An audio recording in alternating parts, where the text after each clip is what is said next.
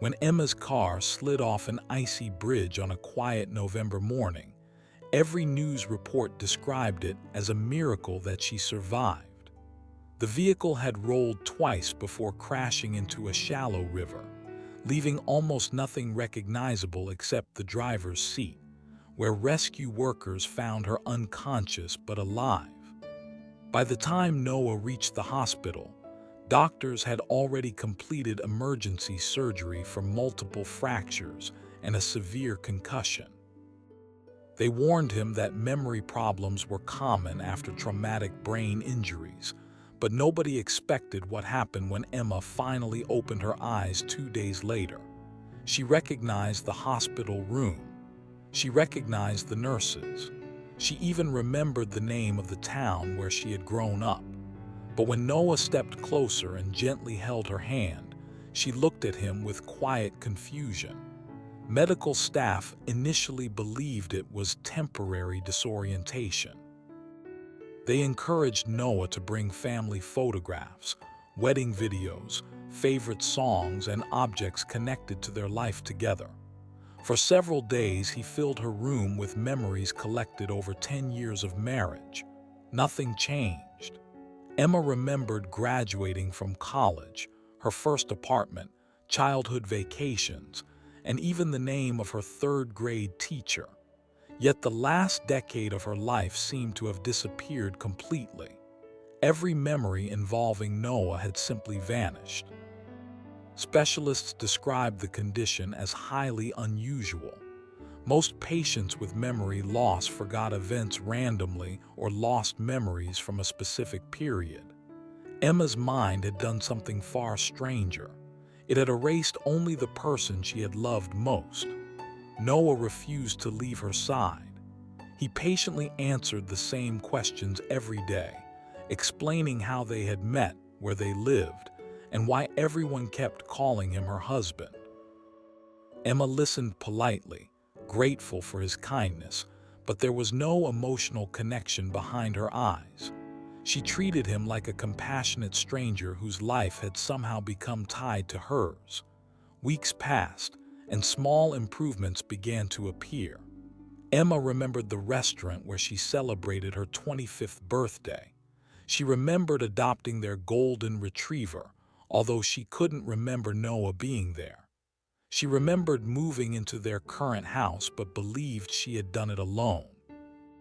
Every recovered memory seemed carefully edited, removing him while leaving everything else untouched.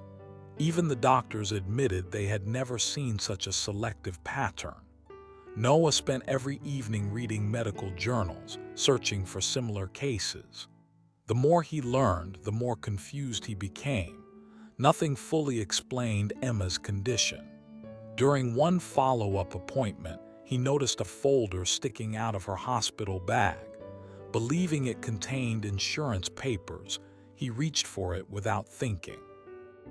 Instead, he found a brain scan dated almost 3 months before the accident. His hands froze. Emma had undergone neurological testing long before the crash. The report included unfamiliar medical terms, handwritten notes, and the signature of a specialist neither of them had ever mentioned. Noah read every page twice before placing the documents back exactly where he had found them. He said nothing to Emma. He wasn't ready. Following morning, he contacted the imaging center listed on the report. After confirming Emma's identity, the receptionist transferred him to the neurologist's office. The doctor listened quietly before asking a single question. Had Emma told him about the appointment? When Noah answered no, the conversation changed immediately. The physician explained that patient confidentiality prevented any discussion without Emma's written permission. Noah insisted he was her husband, but the answer remained the same. The records could not be shared. Before ending the call, the neurologist made one unexpected comment. He said Emma had specifically requested that her husband never be informed unless she chose to tell him herself. Those words stayed with Noah long after the call ended. The accident was no longer the only mystery. Somewhere before that icy morning, Emma had been living with a secret serious enough to hide from the person she trusted most. And for the first time since the crash, Noah wondered if the accident had erased more than memories. Perhaps it had erased the only explanation that could tell him why she had been keeping that secret in the first place. Noah couldn't stop thinking about the medical report. Every detail pointed to the same conclusion. Emma had been afraid of something long before the accident. Yet she had hidden every appointment, every examination, and every test result so carefully that even after 10 years of marriage, he had never suspected anything was wrong. He returned home for the first time since the crash and began looking through the filing cabinet where they kept insurance documents, tax records, and old receipts. Everything was perfectly organized, exactly as Emma always preferred. At first, nothing seemed unusual. Then he noticed a thin envelope tucked inside an old recipe book she rarely opened. It contained appointment reminders from the same neurological clinic, all dated within the previous 4 months. None of them mentioned a diagnosis. Each simply confirmed another visit. Beneath the reminders lay a folded page covered with Emma's handwriting. It wasn't a letter. It was a list of names, places, and dates. At the top, she had written one sentence: "If I start forgetting, remember these for me." Noah's heart began to race. The first items were ordinary: their wedding anniversary, the address of their first apartment, the name of the lake where he had proposed. But the list continued far beyond simple memories. It included the birthdays of close friends, passwords to important accounts, the location of family photo albums, and even instructions for watering the flowers in their backyard. It looked less like a reminder and more like someone preparing for a future they feared was already beginning. Noah quietly folded the paper and returned to the hospital. Emma was asleep. He sat beside her bed for almost an hour, studying her face and wondering how long she had carried this burden alone. When she finally woke, she smiled politely, still seeing him as a familiar stranger. There was no sign that she recognized the fear growing inside him. Over the next several days, therapists continued testing her memory. Surprisingly, Emma's condition improved faster than expected. She remembered her first job after college. She remembered her parents' anniversary trips. She even recalled a vacation to Italy taken 6 years earlier. Yet every memory involving Noah remained missing, as though someone had carefully erased him from every chapter of her life. The specialists debated possible explanations, but none fully matched her symptoms. One neurologist quietly admitted that psychological factors sometimes influenced how memories returned, especially after trauma. Noah wanted to believe that. It was easier than accepting the possibility that something else had been happening months before the accident. Determined to find answers, he visited the neurological clinic in person. Although the staff refused to discuss Emma's records, one elderly receptionist recognized his name. She hesitated before speaking. She couldn't reveal confidential information, but she remembered Emma arriving alone every visit. She also remembered one unusual request. Emma had insisted that all correspondence be mailed to a rented post office box instead of their home. She never wanted anyone else to accidentally see the envelopes. Noah left the clinic more confused than ever. On his way to the parking lot, he noticed a small cafe across the street. As he stood waiting for a coffee, an older woman approached and quietly asked if he was Emma's husband. She introduced herself only as Margaret and explained that she had often shared the waiting room with Emma before appointments. Margaret didn't know Emma's diagnosis, but she remembered something that had stayed with her. While everyone else complained about their own illnesses, Emma spent every visit encouraging complete strangers. She always carried extra notebooks, writing down hopeful quotes for patients who looked frightened. According to Margaret, Emma never talked about herself. She simply listened to others and reminded them that fear was easier to survive when it wasn't faced alone. Before leaving, Margaret handed Noah a small notebook. Emma had accidentally left it behind during her final visit. Noah opened the first page expecting personal notes. Instead, he found a single sentence written in careful handwriting. The hardest part isn't losing memories. It's deciding which goodbye has to happen first. The sentence in Emma's notebook stayed with Noah longer than anything else he had discovered so far. It didn't read like confusion or fear in the moment of illness. It read like preparation, like someone who had already accepted a future he was only beginning to imagine. Back at the hospital, Emma's recovery continued in fragments. Some days she recognized new pieces of her past, but none of them ever connected back to Noah. Doctors began to describe her condition as unusually selective, almost as if her mind had preserved emotional distance from a specific period of her life. One specialist suggested that traumatic association sometimes caused the brain to isolate certain relationships, but even he admitted he had never seen it so precise.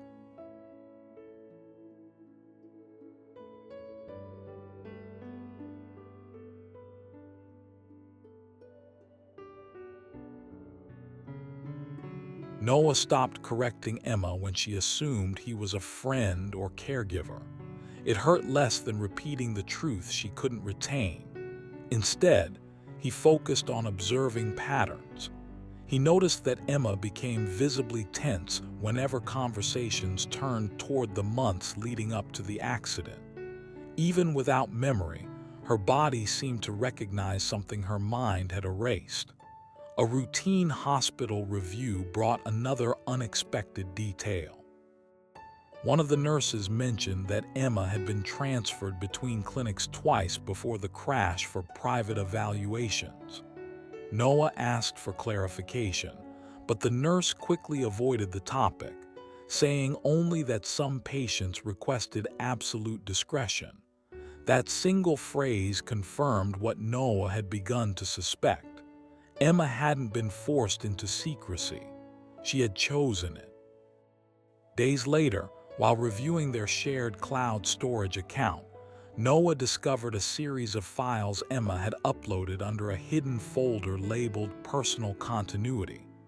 The folder contained scanned pages, voice memos, and typed notes, all dated within weeks of each other. Most entries were fragmented thoughts about fatigue, occasional dizziness, and brief moments of disorientation she had dismissed as stress. But toward the end, the notes became more structured, more intentional. She documented recurring memory lapses that lasted only minutes at a time, followed by complete recovery. She also recorded her decision not to tell Noah until she had more answers. The final entry was a short audio recording. Emma's voice sounded calm, but tired. She described her fear that something was affecting her neurological stability. She said she didn't want to become a burden or create fear without certainty. Then she mentioned something that made Noah stop breathing. She had scheduled another scan the week before the accident. She had never gone alone. Someone had accompanied her to the clinic and insisted on handling the appointment logistics. The recording ended abruptly, as if cut off mid-thought. Noah replayed it several times, searching for background sounds, names, anything that could identify who had been with her. There was nothing obvious, only faint noise from a moving vehicle and a single indistinct voice in the distance. That night, Noah couldn't sleep. He kept thinking about the list Emma had written, the notebook from the clinic, and the growing pattern of secrecy. Everything pointed to one unsettling possibility. Emma's condition may not have started as an accident-related issue at all. The crash might have only revealed something already in motion. The next morning, Emma asked him a question she had never asked before since waking up in the hospital. She wanted to know if she had ever been afraid of doctors. The question seemed random, but her expression carried something unfamiliar, curiosity mixed with discomfort. Noah hesitated before answering. He chose his words carefully, avoiding anything that might confuse or overwhelm her. But as he spoke, he noticed her hands tighten slightly around the bedsheet. For a brief moment, her eyes softened as if something deep inside her was trying to surface. Then it disappeared again, leaving only polite distance. Later that day, Noah received a call from the clinic. The neurologist who had previously refused to share information had changed his tone. He said there had been an oversight and that certain non-clinical notes attached to Emma's file should have been reviewed earlier. He asked Noah to come alone. When Noah arrived, the doctor placed a sealed envelope on the desk. Inside was a single printed page, not a medical report, but a referral record linked to a specialist outside the city. At the bottom of the page, in Emma's handwriting, were 5 words that changed everything Noah thought he understood. Do not let him know. The words, do not let him know, didn't feel like a warning anymore. They felt like a boundary Emma had drawn between 2 versions of her life. One where she trusted Noah completely, and another where she was hiding something so significant that even awareness of it felt dangerous. Noah left the clinic with the referral page still in his hand, unable to decide whether he felt anger, confusion, or fear. Everything he had uncovered so far pointed in different directions, but all of them circled back to the same unsettling idea. Emma had been making decisions long before the accident that deliberately excluded him. He began tracing the referral details. The specialist listed was a private neurologist who didn't work with the hospital system and only accepted patients through direct recommendation. The clinic address led to a small building on the outskirts of the city, far from any major medical center. When Noah arrived, the waiting room was almost empty. The receptionist recognized Emma's name immediately, but refused to confirm anything without authorization. However, after a long silence, she admitted that Emma had been coming for months under strict confidentiality. Each visit had been scheduled late in the evening, always paid in advance, always alone. Noah asked the question he had been avoiding since discovering the files. The receptionist hesitated, then said something that shifted the entire weight of the situation. Emma hadn't been coming for diagnosis. She had been coming for monitoring. There was a difference. Diagnosis meant identifying a problem. Monitoring meant tracking something already known. The specialist finally agreed to speak with Noah briefly. He made it clear that he could not discuss private medical details, but he acknowledged that Emma had been aware of her condition before any formal evaluation. According to him, she had experienced early neurological episodes that were inconsistent with standard memory disorders. Not random memory loss, but selective suppression tied to emotional stress. She had been fully informed that the condition could progress unpredictably. When Noah asked why she had never told him, the doctor only repeated what Emma herself had insisted during every visit. She did not want her husband involved until she understood the full scope of what she was facing. On his way out, Noah noticed something unusual in the clinic's administrative log. A recurring second signature appeared on several appointment entries. Not Emma's, not the doctor's. Someone else had been present during multiple consultations, authorizing scheduling adjustments and handling communications. The name was abbreviated, but the initials were clear. MT. Back in the hospital that evening, Noah stood outside Emma's room for a long time before entering. She was awake, looking out the window as if studying something far away. For the first time since the accident, she seemed less like a patient recovering from memory loss and more like someone trying to recognize a life she no longer fully trusted. When she noticed him, she smiled politely, but there was hesitation in her expression. She asked if he had ever felt like a part of his life didn't belong to him. The question unsettled him more than anything else she had said before. It wasn't confusion. It was recognition without context. As he sat beside her, he realized something had shifted. Emma wasn't just rebuilding her memory anymore. She was testing it, not to recover the past, but to see which parts of it still felt safe. Later that night, Noah returned to the referral documents and searched for anything connected to the initials MT. It didn't take long. Michael Turner, the executive director of Emma's nonprofit organization, the same man who had personally contacted Noah after the accident, the same man who had organized the public search efforts and spoken at press briefings about Emma's disappearance.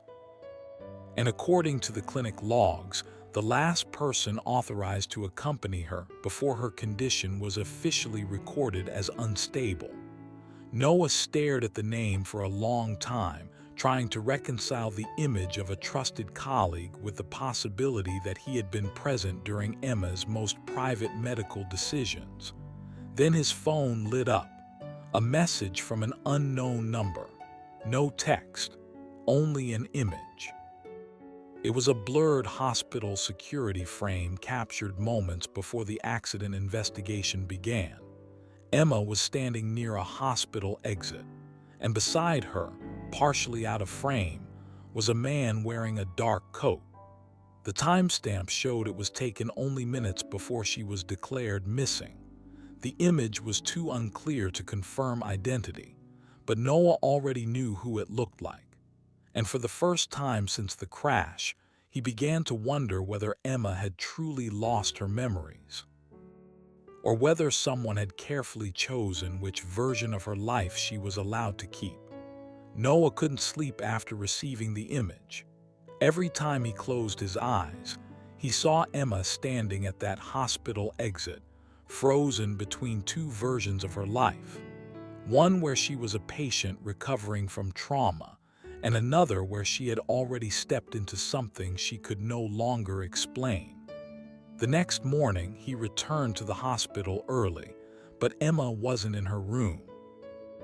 A nurse informed him she had been taken for additional testing, though no one could say exactly which department. That detail alone was unusual. Emma's case was supposed to be stable, with no scheduled procedures that day. Noah immediately went to Michael Turner. He found him in a conference room reviewing documents related to ongoing nonprofit operations. Michael's reaction to Noah's presence was controlled, but noticeably cautious. When Noah mentioned the initials MT from the clinic records, Michael didn't deny them. Instead, he asked what exactly Noah had seen. That hesitation confirmed more than any denial could have. Michael finally admitted he had been present during Emma's private consultations, but only in a supporting capacity. According to him, Emma had requested his involvement because she did not fully trust the medical system handling her early evaluations. She had believed someone inside her medical network was sharing patient data externally. Her fear had not been abstract. It had been specific and persistent. Emma had asked Michael to help her track irregularities without alerting anyone else, including Noah, until she had concrete proof. Before Noah could respond, Michael handed him another folder. Inside were copies of encrypted communications Emma had intercepted over several months.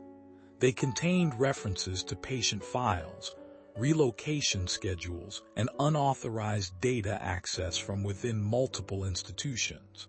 But what disturbed Noah most was not the data itself. It was the pattern. Every breach seemed to align with individuals connected to vulnerable relocation programs, exactly the kind Emma's nonprofit supported. She hadn't been imagining danger. She had been documenting it. Michael explained that Emma had started connecting the leaks to a broader network involving external contractors and internal staff.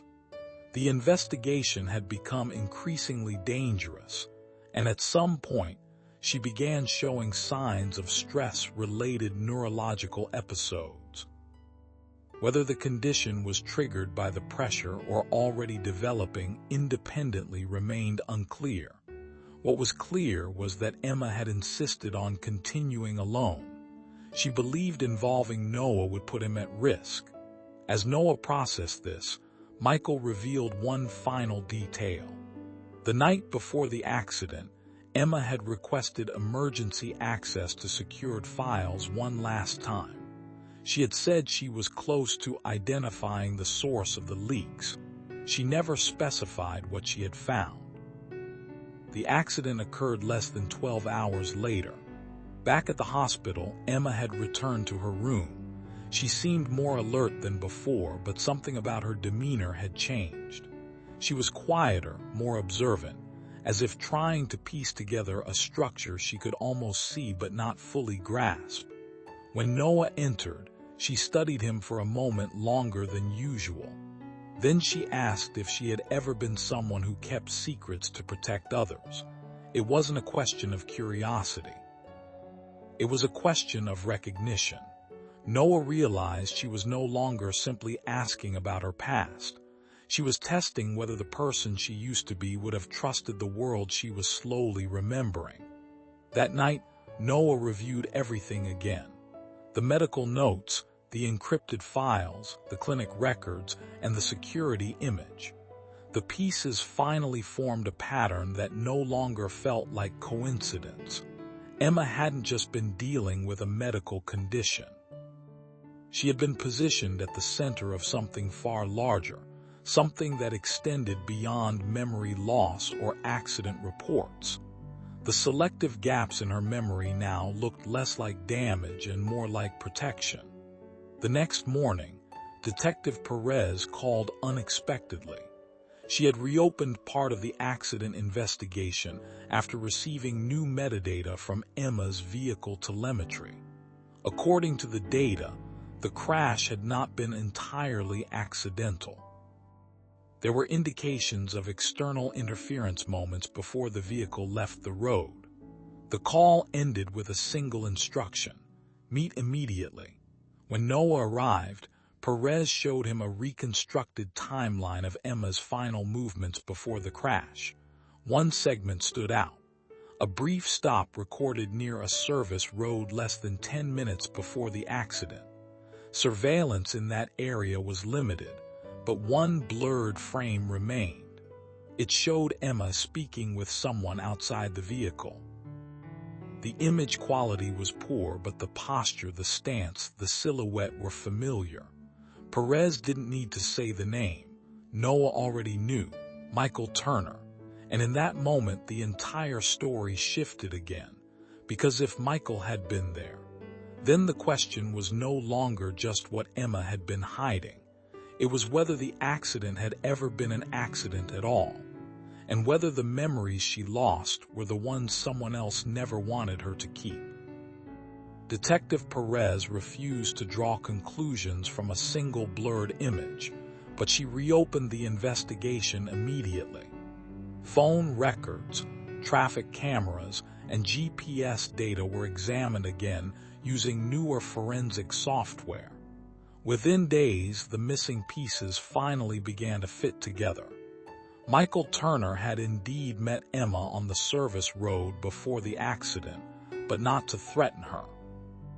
He had been delivering a flash drive containing evidence that confirmed confidential medical and relocation records were being accessed illegally by an outside contractor.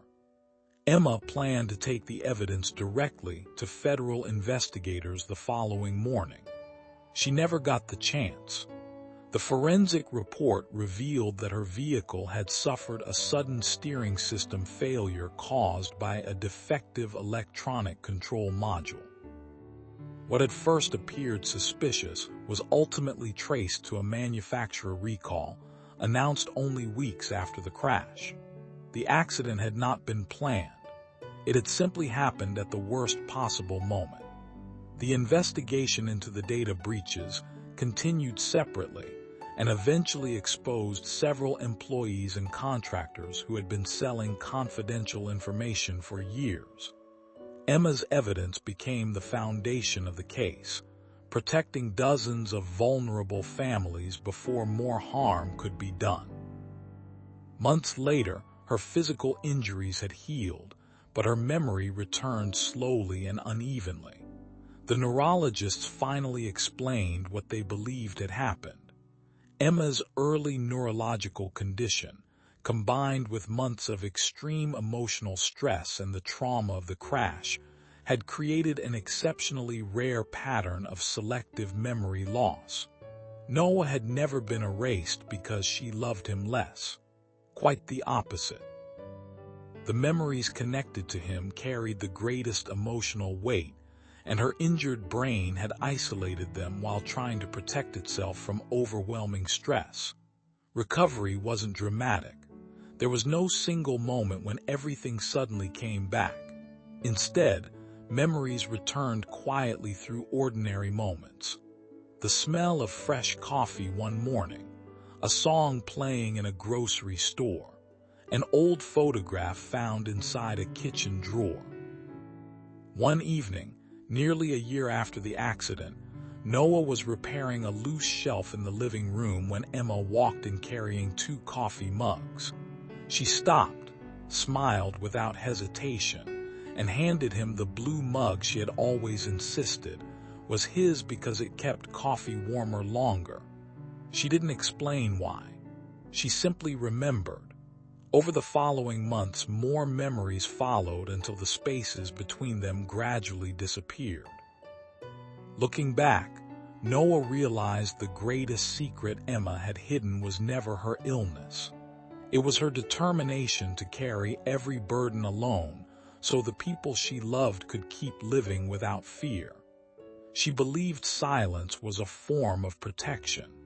He finally understood that love wasn't measured by the secrets they kept from each other, but by the strength they found after those secrets were finally revealed. Years later, Emma began volunteering with patients recovering from brain injuries, reminding families that healing rarely followed a straight line. Some memories returned, some never did. But hope, she often said, had a way of finding people long before memory ever could. And for Noah, that became the one thing he never forgot.